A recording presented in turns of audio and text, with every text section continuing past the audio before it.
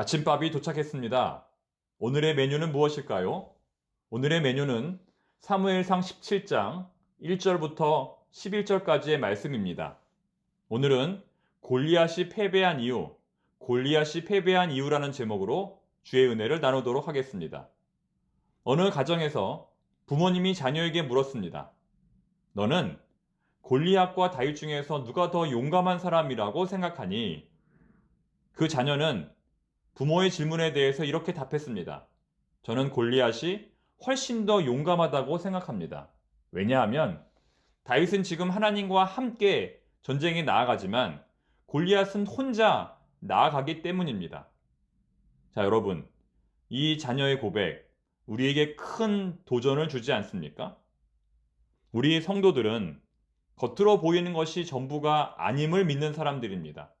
그 내면에 계시는 하나님이 진짜임을 믿는 사람들입니다. 즉, 아무리 겉모습이 화려해도 그 내면은 텅텅 빌 수 있다는 것입니다. 결국 다윗이 승리했던 이유는 그 내면이 아름다웠기 때문입니다. 반면에 골리앗이 패배했던 이유는 그 내면이 텅텅 비어 있었기 때문입니다. 이제 본문의 말씀을 통하여 왜 골리앗이 패배할 수밖에 없었는가에 대해서 함께 살펴보도록 하겠습니다. 본문 1절부터 3절의 말씀을 읽어보면 블레셋과 이스라엘이 전쟁을 하기 위해 서로 대치하는 모습이 머릿속으로 그려지실 것입니다. 이 전쟁이 발생한 이유는 크게 두 가지 때문입니다. 첫째는 과거 블레셋이 이스라엘에게 패배한 적이 있었기 때문입니다. 요나단의 기습작전으로 인하여 이스라엘은 전쟁에서 승리할 수 있었습니다. 요나단과 병사 한 명이 블레셋 군인 20명을 죽임으로써 전쟁의 승기를 잡았던 것입니다. 그때의 패배를 서력하기 위해 블레셋은 날마다 기회를 엿보고 있었던 것입니다. 전쟁이 발생한 두 번째 이유는 이스라엘의 국정 위기 때문입니다. 지금 사울왕의 상태가 어떻습니까? 악신이 들려 정신이 나간 상태입니다. 따라서 국가적 전력이 약화될 수밖에 없습니다. 블레셋은 이러한 때를 놓치지 않고 이스라엘을 공격해 온 것입니다. 이어지는 본문 4절부터 7절은 블레셋의 장수 골리앗에 대한 소개입니다. 그 첫 번째 묘사는 싸움을 도두는 자라는 것입니다. 싸움을 도두는 자. 이는 문자적으로 두 군대 사이에 선 사람이라는 뜻인데 군대에서 가장 뛰어난 용사를 가리키는 표현입니다. 고대 사회에서는 이처럼 군대를 대표하는 대표자 두 사람이 서로 대결하여 전쟁의 승패를 가르는 경우가 많았습니다. 영어 성경은 이 단어를 챔피언이라고 번역하기도 합니다. 이어서 소개되는 골리앗의 특징은 키입니다. 그의 키는 6규빗 1뼘이요. 1규빗은 대략 50cm, 0.5m 정도입니다. 1m의 절반이죠. 규빗은 성경에 자주 나오는 단위이니 알고 계시는 것이 좋습니다. 1규빗은 얼마라고요? 0.5m. 즉 100규빗은 50m이고 1000규빗은 500m입니다. 자, 지금 골리앗의 키가 얼마냐면 6규빗입니다. 자, 그러면 얼마입니까? 6규빗, 절반이니까 3m입니다. 어마어마한 키이죠. 그동안은 사울이 제일 키가 큰 줄로 알았는데 그보다 더 큰 사람이 나타난 것입니다. 그리고 이어지는 말씀에는 그렇게 키가 장대한 골리앗이 어떤 무장을 했는지 말씀하고 있습니다. 5절부터 7절의 말씀을 읽어보면 그는 정말 머리부터 발끝까지 철저하게 무장을 하였습니다. 여기서 우리는 한 가지 질문을 제기해 봅니다. 지나친 것은 모자란 것보다 못하다는 말처럼 성경에 기록된 골리앗의 무장은 조금 지나친 것이 아닌가 생각됩니다. 이미 그는 키가 큰 것만으로도 충분한데 그 머리에는 노투구를, 몸에는 비늘 갑옷을 입고 있습니다. 그 갑옷의 무게는 대략 60kg입니다. 또 그는 비상시 상대방에게 던지는 단창, 그리고 7kg이 넘는 긴 창도 가지고 있습니다. 그리고 마지막으로 그 앞에는 방패를 든 사람이 그를 지키고 있습니다. 그를 보호하고 있습니다.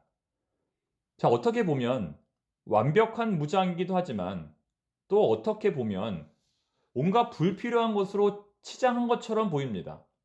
다시 말해 다윗은 그런 갑옷과 무기가 전혀 없어도 오직 여호와 하나님 한 분으로 인하여 그 심령이 충만한 상태인데, 골리앗은 이처럼 아무리 채우고 또 채워도 그 심령이 허전했던 것입니다.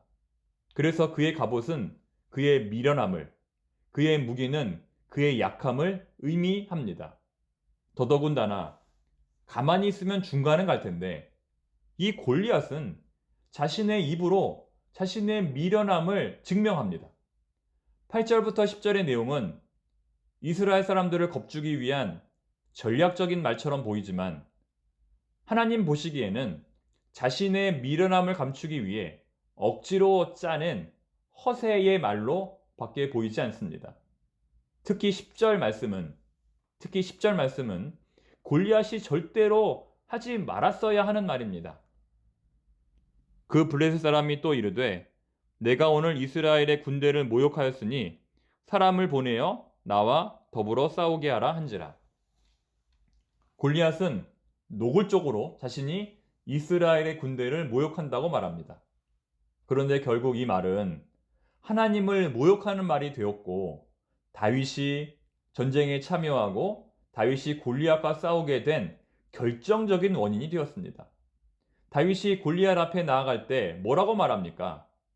나는 만군의 여호와의 이름, 곧 내가 모욕하는 이스라엘 군대의 하나님의 이름으로 내게 나아가노라. 골리앗의 이 어리석은 말로 인하여 다윗의 분노는 하나님의 분노가 되었고, 다윗의 싸움은 하나님의 싸움이 되었던 것입니다. 그러니 다윗은 이 싸움에서 이길 수밖에 없었던 것입니다. 다른 모든 이스라엘 군인들은 골리앗의 외모와 그 말로 인하여 공포와 두려움에 쌓였을지 모르지만, 오히려 다윗은 이 골리앗의 어리석은 말과 또 미련한 외모로 인하여 전쟁에 대한 승리의 자신감을 갖게 되었던 것입니다. 이것이 바로 믿음입니다. 겉으로 보이는 것이 전부가 아님을 깨닫고 그 내면에 하나님이 계심을 보는 것. 아무리 겉모습이 화려해도 그 내면은 텅텅 빌 수 있다는 것을 믿는 것. 그것이 바로 신앙입니다. 사랑하는 성도 여러분, 오늘 본문은 아무리 읽어보아도 골리앗의 어리석음과 미련함이 있을 뿐입니다. 왜냐하면 하나님의 관점으로 보기 때문입니다. 그러나 사람의 관점으로 오늘 본문을 읽어보면 여전히 골리앗은 두려움과 공포의 대상입니다. 여러분은 어떤 관점으로 본문을 읽으시겠습니까?